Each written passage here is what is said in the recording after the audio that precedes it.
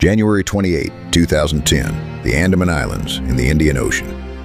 An 85-year-old grandmother took her last breath. Her name was Boa Senior. The moment she died, a 60,000-year-old language died with her. She was the last speaker of Bo. The same thing is happening now. One language vanishes every 2 weeks, and the same is true of writing systems.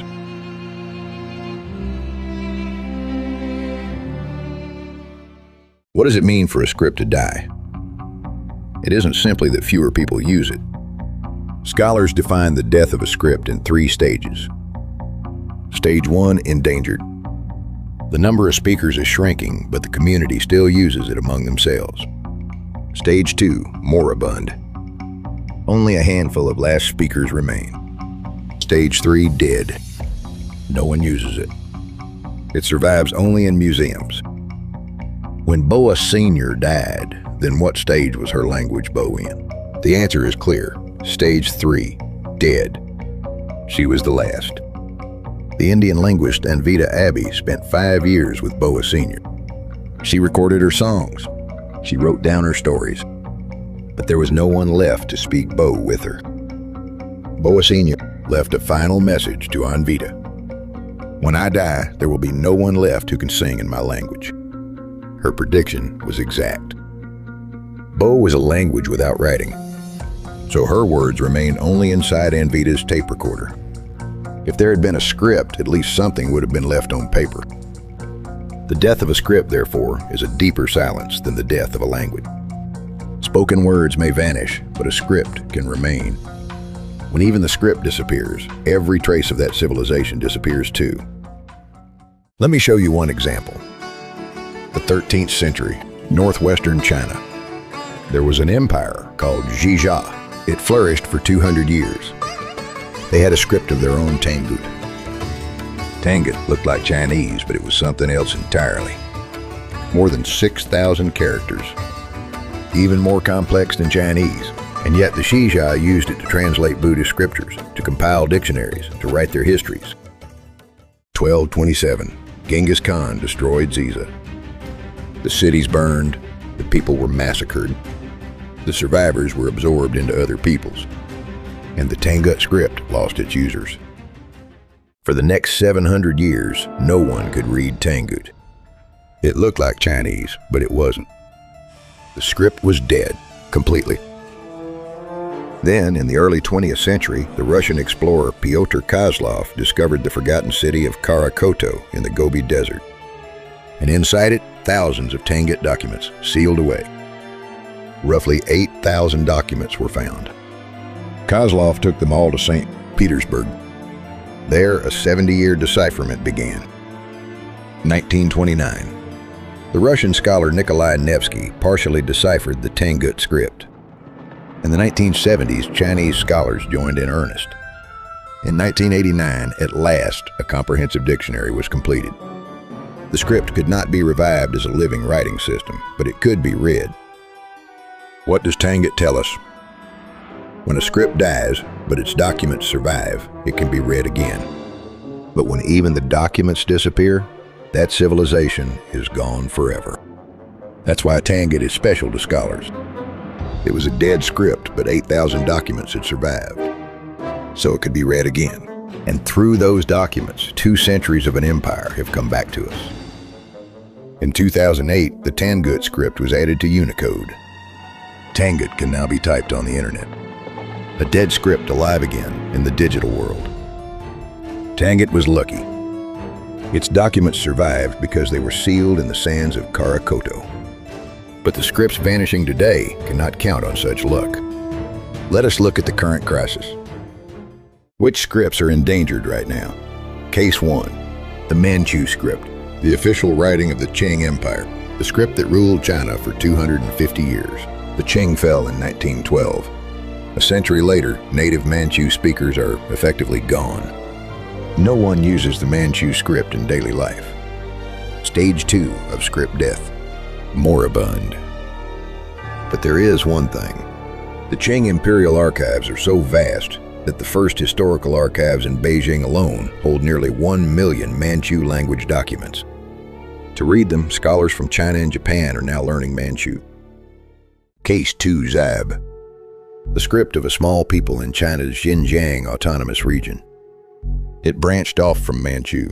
About 10,000 people use it today. In the 18th century, the Xibe were relocated by imperial order from Manchuria to Xinjiang. They marched 5,000 kilometers. During that march, they preserved their Manchu script intact. The script that died in its homeland survived in Xinjiang. But Xibe too is now in crisis. In Xibe schools, Chinese and Uyghur dominate. Few books are published in the Xibe script. The drop from 10,000 users to 5,000 will not even take a full generation. Case 3 Nüshu, Hunan Province, China. For 1,000 years, it was a secret script used only among women. Its last native user, Yang Wanyi, died in 2004. Nüshu looks like Chinese, but it is not. The strokes are thin and slanted. It was embroidered on fans and handkerchiefs stitched onto cloth. Women used it to send letters to one another. When Yang Wanyi died, the native users vanished. But Hunan's government began preservation a Nüshu transmission school, a museum. The moment a script enters a museum is, naturally, the moment of its death. Case 4 The Yao script, the mountainous regions of Southeast Asia, from southern China to Vietnam and Laos. The Yao people used it for 1,000 years. They borrowed Chinese characters and adapted them to their own pronunciation. The Yao script was used only for religious ritual. It wasn't an everyday script, only priests and shamans could read it. A secret writing. When one priest died, the script of that village weakened with him. To recap: Manchu, Xibe, Nüshu, Yao. All 4 scripts are in crisis, but the stages differ. Even within the same crisis, the future is not the same. There is one more thing we should note. Near the Korean peninsula, there are scripts that are already dead. The Khitan script, the Jurchen script. Both were created around the 10th century. The Khitan script had 2 forms, large characters that resembled Chinese and small characters that marked syllables. Influenced by Chinese but not Chinese. When the Khitan Empire fell in 1125, its script vanished with it. The Jurchen script was influenced by Khitan. The Jin dynasty created it in the 12th century. But as its descendants, the Manchus, developed a new script, the Jurchen script too fell out of use in the 16th century. The script has been dead for about 500 years. 2 peoples who live closest to the Korean peninsula, the Khitan and the Jurchen. Their scripts are gone. What anyone wrote with them, we will almost never know. That is the death of a script. So how many endangered scripts are there in the world? The American scholar Tim Brooks spent 16 years investigating. His organization, the Endangered Alphabets Project. His findings are sobering. Roughly 200 scripts are in use worldwide. Of those, 85% are endangered, which means about 170 scripts could disappear. Endangered scripts are scattered across the world. Africa, Southeast Asia, South America, Central Asia, and Northeast Asia. Let us look at the 4 most at-risk regions. First, West Africa. Second, the mountains of Southeast Asia. Third, Siberia. Fourth, the Amazon basin of South America. In each region, more than a dozen scripts are endangered. What about Northeast Asia, right next to Korea? Manchu, Xibe, Nüshu, Yao. Khitan once existed. Jurchen once existed. Around the Korean peninsula, the endangered scripts are not few. A script is not a mere symbol. It is an invention, a people's invention, made so they could write down their own speech. When that script disappears, the invention of 1,000 years disappears.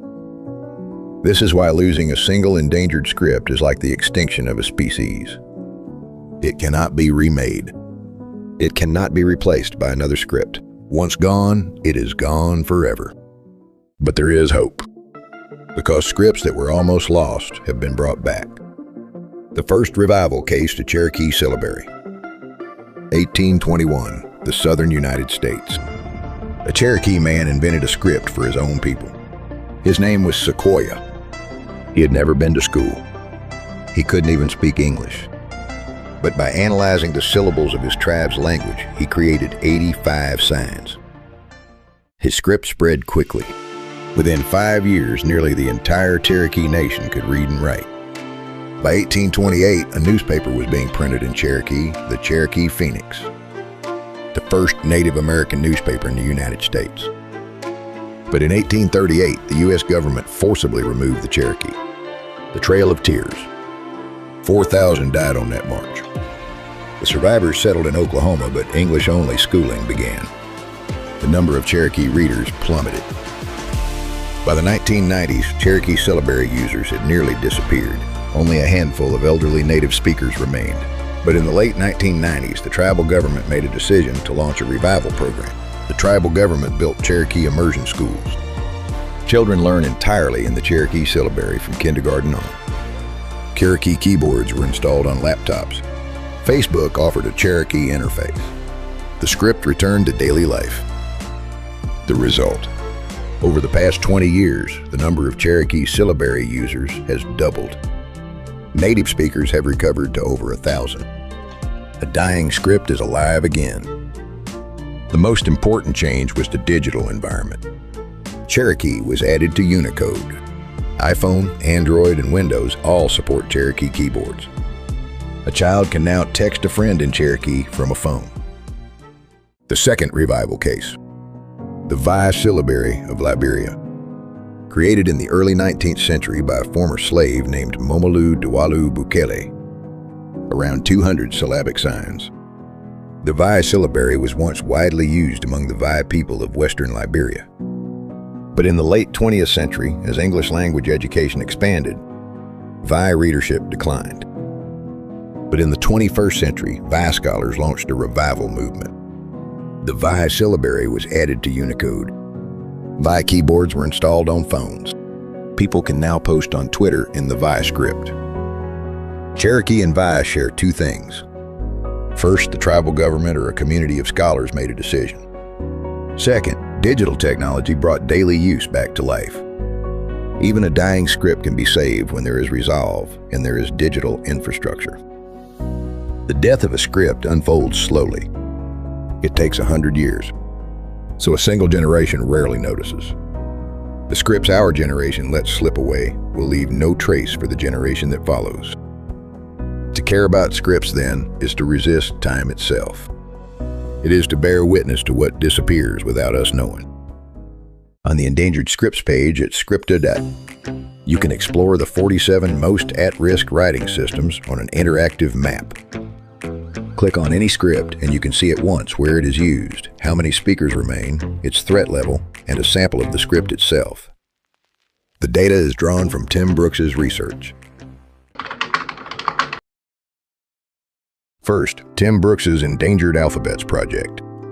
16 years of fieldwork gathered into the book An Atlas of Endangered Alphabets, plus the site endangeredalphabets.net, where new scripts and stories go up every week. Second, Dr. Anvita Abbey's recordings of Boa Senior, made publicly available digitally by the Center for Endangered Languages in India. You can hear the songs of the last speaker yourself. Third, the Script Encoding Initiative at UC Berkeley. It works to encode disappearing scripts into Unicode, bringing them back to life on our computers and phones. Tangut and Cherokee both took this path. Let me sum up. The death of a script begins with the death of its last user. But the true death of a script is the moment it enters a museum. Boa Senior Yang Wan Yi, and the last users whose names we will never know with their deaths' scripts disappeared. But there are also people who brought dying scripts back to life. The Cherokee did, the Vi did. With resolve and with digital tools, a script can live again. To look into a script is to look into 1,000 years of the people who created it. For a script to die is for that 1,000 years to vanish into silence. If this video meant something to you, please subscribe and like. And tell me in the comments which script struck you the most. See you in the next episode.